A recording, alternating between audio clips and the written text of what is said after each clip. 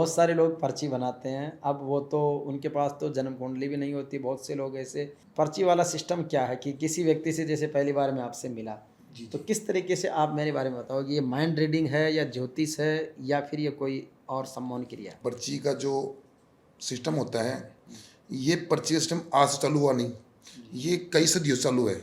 ज्योतिष से एक ये चीज़ कहती है, ज्योतिष विश्वास भी लेती है, ज्योतिष बताती भी है, और 70% लोगों को विश्वास भी है। आज एक चुनाव लड़ेगा ना आदमी, तो पहले वो पूछ के आएगा किस ज्योतिष को कि यार लेकिन मैं, सब तो नहीं जीतते हैं, सभी ज्योतिष पर। तो इसमें क्या होता है कि जो आज नहीं, रमल विद्या भी है, अंक शास्त्र भी है ज्योतिष के अंदर, तो महाराज जी बताएंगे उसको, वो कहेंगे कि ये तेरी समस्या है। ठीक, जीवन में 3 समस्या आपकी ज़िंदगी में हरदम रहेंगी, धन की, पत्नी पीड़ित, और एक आपके मानसिक विकार। 3 समस्या आपकी ज़िंदगी में हरदम रहेंगी, चाहे आप कितने सुखी हो। सभी लोगों की रहती है। हाँ, 70% 80% मान लो। चाहे बड़े बड़े जो सेठ होगा ना, वो भी किसी ना किसी को पीड़ित रहेगा। वो एक कॉमन सी बात पर्ची में बता देते हैं। हाँ, बीमारी आपके घर में रहेगी, चाहे आपकी मम्मी बीमार हो, चाहे आपका पापा जी बीमार हो, चाहे और कोई बीमार हो। ठीक, धन की समस्या आपकी, चाहे कितना बड़ा व्यापारी हो, उसके यार में तो 2 लाख का नुकसान हो गया, आज 5 लाख का नुकसान तो व्यापार में हाँ, चलता है ना, तो वो चीज़ उसमें घुर गए। नमस्कार साथियों, आज हमारे साथ हैं श्री पुष्कर राज जी शर्मा, जो त्रिवेणी शाहपुरा से आए हैं। और अभी हमारे श्री राला बाबा धाम केवाड़ा में 8 मई से 16 मई तक महायज्ञ और मेला महोत्सव हुआ, उसमें आपने विद्वान साथी की भूमिका निभाई है। आपका जेवीपी मीडिया में बहुत सारा स्वागत सर, अभिनंदन। धन्यवाद धन्यवाद। किस तरीके से पुष्कर राज जी अपनी यात्रा का अनुभव बताएंगे कि त्रिवेणी धाम शाहपुरा के ग्रामीण परिवेश से संस्कृत के विद्वान के रूप में, शास्त्री के रूप में आपने जो प्रारंभिक शिक्षा ली गांव से, तो वो कैसा सफ़र रहा? जी, सफ़र की शुरुआत तो काफ़ी कठिन रही जी लेकिन सदगुरुदेव जो हमारे पद्म श्री विभूषित नारायण देवाचार्य जी महाराज हैं, जी उनके जब आशीर्वाद सिर पर रखा हाथ उन्होंने, तो एक जो स्वर की प्राप्ति होती, वैसा ही मुझे अनुभव हुआ। और आज इस मुकाम पर भी मैं सदगुरुदेव के पास ही हूँ। आज जो 2012 के बाद में जो मेरा टर्निंग पॉइंट रहा, 2012 के बाद में मुझे महसूस हुआ कि कुछ शक्ति ने मुझे आगे बढ़ाया।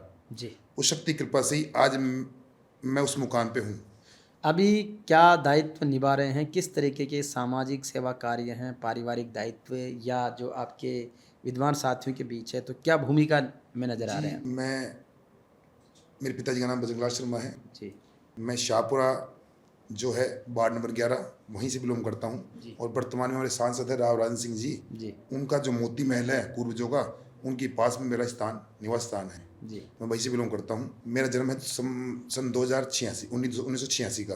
जी तो उस 1986 जन्म के पीरियड से आज तक मेरे घर में मैं सबसे बड़ा हूँ। मेरी बड़ी बहन है, 2 भाई हैं, 2 बहन हैं। जी जी, उसके बाद में मेरी शिक्षा का जो ग्रहण का नूतन विद्या मंदिर शाहपुरा, जो फेमस स्कूल है शाहपुरा की, वहीं से मैं नूतन विद्या मंदिर स्कूल से शिक्षा ग्रहण की। बाद में संस्कृत विद्यालय है शाहपुरा में, वहाँ से ग्रहण की। और फिर कल्याण से विद्यालय में मैं ग्रहण की। उसके बाद में मेरी वो शिक्षा है जो मेरे कॉलेज स्तर की शिक्षा मैं बाहर ग्रहण की।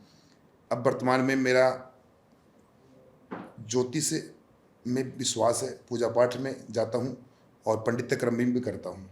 इसके अलावा मैं मीडिया जगत में भी जुड़ा हुआ हूँ।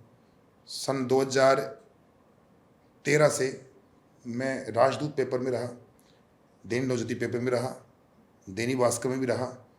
और उसके बाद में जब जमाना आ गया इलेक्ट्रिक मीडिया का, तो मैं इलेक्ट्रिक मीडिया जुड़ गया। तो यूट्यूब चैनल हमारा चलता है एक MTV न्यूज़ के नाम से। MTV न्यूज़ मेरे मित्र हैं बनवारी लाल जी सैनी साहब, वो चलाते हैं उसको।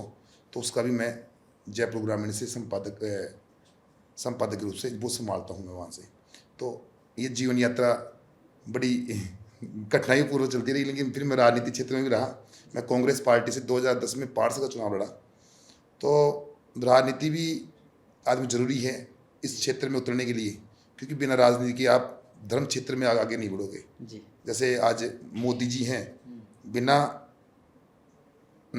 आपके धार्मिक कार्यों के बिना आगे नहीं बढ़ेंगे। आज जैसे राम मंदिर का मुद्दा हुआ, हिंदू को तो मुद्दा हुआ, तो आज मोदी जी जो बैक सपोर्ट मिल रहा है। लेकिन राम मंदिर में तो चोरी हो रही है। चोरी हो रही है, चंपत राय जी ने चंपत लगा दी राम मंदिर में।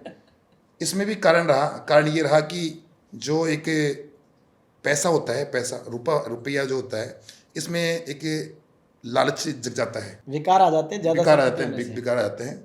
इसमें जब मैं एक उद्देश्य बताता हूँ, जब ये कलयुग आया था तो कलयुग के अंदर वो जो राजा थे उनके ऊपर से सिर के सोने का मुकुट था, उस सोने के मुकुट के अंदर कलयुग आकर बैठ गया था। तो उसने ये कहा था कि ये जो सोना होगा, रुपया होगा, तो उसमें मैं ऑटोमेटिक नजर आऊंगा। और मेरे इसके कारण लोगों की मानसिकता मानसिकता बदल बदल जाएगी, जाती है। लोभ लालच मद मोह माया हो जाएगा। आज धर्म में भी, और जो अपने आडंबर करते हैं धर्म में, मैं कहता हूँ भगवान आपके तन में भी है, मन में भी है। आप हर जगह विश्वास रखिए वहाँ भगवान है। जी लेकिन जो झूठा झूठा दिखावा करते हैं, झूठा प्रोपेगेंडा करते हैं। राम मंदिर है, मैं मानता हूँ राम मंदिर उचित है, होना चाहिए राम मंदिर, लेकिन जो छड़ावा वगैरह है इसको एक प्रत्येक रूप से व्यवस्था रखनी चाहिए। आज उस राम मंदिर छड़ावे को अलग अलग समाज के लोग यूज करते हैं। जैसे बताते हैं कि अपने साईं बाबा का मंदिर है, उसका भी एक उद्देश्य है कि साईं बाबा मंदिर में हिंदुओं को जहाँ चढ़ावा चढ़ता है, लेकिन वो चढ़ावा जाता है कहाँ पर, उस वीडियो भी आई थी फेसबुक यूट्यूब पर भी, तो उससे को भी लोग इनडायरेक्ट रूप से गलत अर्थ ले जाते हैं। तो छड़ावे का उपयोग भी गौशाला में होना चाहिए, सेवा कार्यों के लिए बालिका हो। शिक्षा में बढ़ावा देना चाहिए। अच्छा, आप ज्योतिषी हैं तो किस तरीके से समय की गणना, व्यक्ति का जो जीवन है या उसकी जो कठिनाइयों का, वो क्या गणना होती है ज्योतिष की? अपने जो जन्म समय होता है उसमें क्या होती है, जो घटी पल होते हैं, घटी पल के आधार पर, और जो लगन में नक्षत्र होते हैं, जैसे आद्रा नक्षत्र हुआ, पूर्वाषाढ़ा नक्षत्र हुआ, उसके आधार पर हमारा नामकरण होता है। जैसे आपका नाम हरिराम है, तो आपका हरिराम नाम है, तो आपका जन्म जैसे मान लो 1986 में, 1984 में हुआ, फला तारीख को हुआ, उस तारीख के अनुसार उस समय जैसे 2:26 हुआ, तो जो 26 हुआ, तो उसमें जो नक्षत्र था, उस नक्षत्र के अंदर आपका नाम निकला हरिराम। हरिराम जी, उस समय जो आपकी कुंडली बनी, उस कुंडली के आधार पर अपने जो 12 घर होते हैं, उस 12 घरों के अंदर शिक्षा का, पत्नी भाव, पिता का भाव, पुत्र का भाव, वो 12 भाव दर्शाते हैं। जी उस 12 भाव के अंदर ही आपकी जो जीवन यात्रा है ना, जीवन यात्रा, वो उससे ही चालू होती है, उस कुंडली से ही। अच्छा, तो अभी बहुत सारे लोग पर्ची बनाते हैं, अब वो तो उनके पास तो जन्म कुंडली भी नहीं होती, बहुत से लोग ऐसे सीधा, तो वो पर्ची वाला सिस्टम क्या है कि किसी व्यक्ति से, जैसे पहली बार मैं आपसे मिला, तो किस तरीके से आप मेरे बारे में बताओ कि ये माइंड रीडिंग है या ज्योतिष है या फिर ये कोई और सम्मोहन क्रिया? मैं बताऊं, पर्ची का जो सिस्टम होता है, ये पर्ची सिस्टम आज से चालू हुआ नहीं, ये कई सदियों से चालू है। सदी का मतलब जानते हैं आप, जैसे कोई महाराज के पास गई कोई औरत, या मैं गया महाराज के पास, तो महाराज के पास गया तो महाराज को एक ज्योतिष से एक ये चीज़ कहती है, ज्योतिष विश्वास भी लेती है, ज्योतिष बताती भी है, और 70% लोगों को विश्वास भी है ज्योतिष पर। जी, आज एक चुनाव लड़ेगा ना आदमी, तो पहले वो पूछ के आएगा किस ज्योतिष को किया। लेकिन सब तो नहीं जीतते हैं, सभी ज्योतिष पर। तो इसमें क्या होता है कि जो आदमी, रमल विद्या भी है, अंक शास्त्र भी है ज्योतिष के अंदर, बड़ी बड़ी, और तो और जो बार एक लेडीज है, क्या नाम उसका, नाम भूल गया, वो फेरे भी करवाती है। अच्छा, जब विधान तो वैसे पुरुषों का है करवाने का, कि पंडित विद्वान घूमते हैं ना करवाने के लिए, उनको तो नहीं, वो महिलाएं करवाती हैं। जी तो वो चीज़ें मैं देखता हूँ कि कहाँ से शुरू होती है, कहाँ खत्म होती है। जी तो इसमें क्या रहता है कि जो महाराज के पास पूछने जाते हैं, तो महाराज जी उसको कहते हैं बेटा कैसे आया, क्या है, तो वो खोल के उसको बताता है, और खोलेगा तो उसके बाद में पूरा चिट्ठा बताता है वो। अब इसमें आता है, जैसे नाम लूँगा नहीं लूँगा मैं किसी महाराज का, तो महाराज जी बताएंगे उसको, वो कहेंगे कि ये तेरी समस्या है, ठीक। जीवन में 3 समस्या आपकी ज़िंदगी में हरदम रहेंगी, धन की, पत्नी पीड़ित, और एक आपके मानसिक विकार। 3 समस्या आपकी ज़िंदगी में हरदम रहेंगी, चाहे आप कितने सुखी हों। सभी लोगों की रहती है। हाँ, 70% 80% मान लो, चाहे बड़े बड़े जो सेठ होगा ना, वो भी किसी ना किसी रूप में पीड़ित रहेगा। वो एक कॉमन सी बात पर्ची में बता देते हैं। हाँ, बीमारी आप घर में रहेगी, चाहे आपकी मम्मी बीमार हो, चाहे आपका पापा जी बीमार हो, चाहे और कोई बीमार हो, ठीक। धन की समस्या आपकी, चाहे कितना बड़ा व्यापारी हो, उसके यार में तो 2 लाख का नुकसान हो गया, आज 5 लाख का नुकसान तो व्यापार में हाँ, चलता है ना। तो वो चीज़ उसमें गुर गए। एक ये जो रोग होता है बीपी का, थायराइड का, ये नॉर्मल है। तो इसमें क्या रहेगा कि मैंने ये लिख दिया आपका नाम फला है। अब नामकरण कहाँ शुरू होता है, जहाँ से वो एंट्री करता है। एंट्री मेरे ऑफिस में हुई, तो आप मुझे जाना पुष्कर जी आए यहाँ पर, ठीक, सही है। आपकी मेरी मुलाकात हो गई 5 मई को, 8 मई को, जो भी आपकी यज्ञ में था वहाँ पे, तो 8 मई से आपकी मुलाकात हुई, तो आपका मेरा चेहरा भीड़ हो गया। पंडित और भी थे आपके, आपकी यज्ञ में 120-130 पंडित होंगे, लेकिन मेरा दिमाग आपका सेट हो गया कि पुष्कर जी हैं ये शाहपुरा से, और एक पांडित्य क्रम विश्वास करते हैं। लेकिन उसमें आपको कैसे विश्वास होगा कि यार ये आदमी कहाँ से आया, कहाँ निकला, कहाँ गया।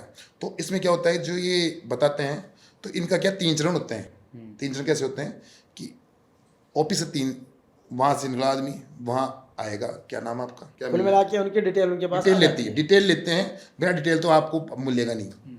चलो, और कुछ कहना चाहते हैं?